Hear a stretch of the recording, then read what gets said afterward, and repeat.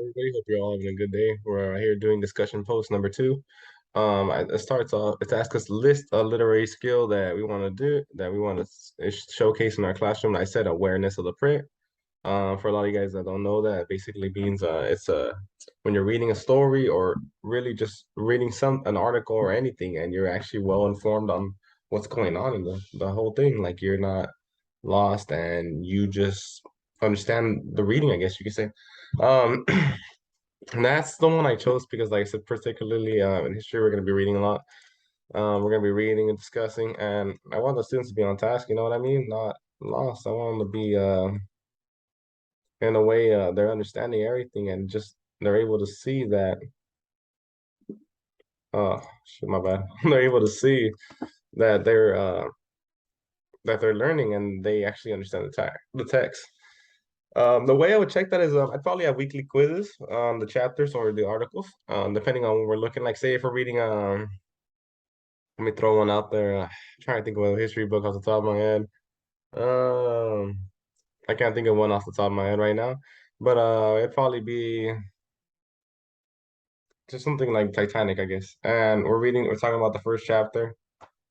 And you talk about the first chapter, and I have a quiz on it. Like, okay, like what did you guys see? Who are the characters? What details do you get? Or what is going on in the chapter? Kind of stuff like that.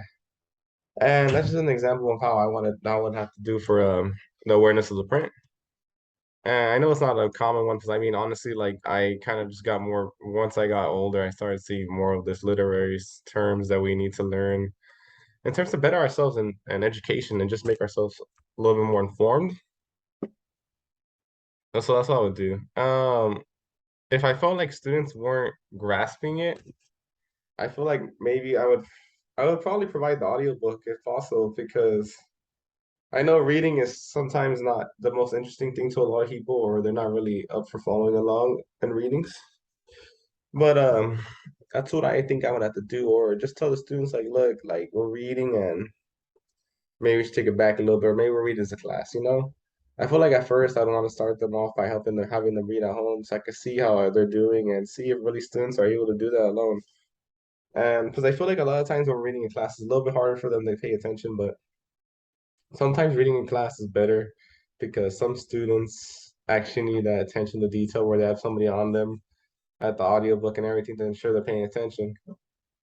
And I'm more of a guy that probably would rather just do that because I'm not really a big reader at home. Like, I mean, I do read at home, but when I was younger, I didn't really like to read on my own, but now I do. So that's what I feel like I would do. If I feel like students are struggling or falling behind, I would just have it as a class session so we can read the book together and ensure that everybody's up to date.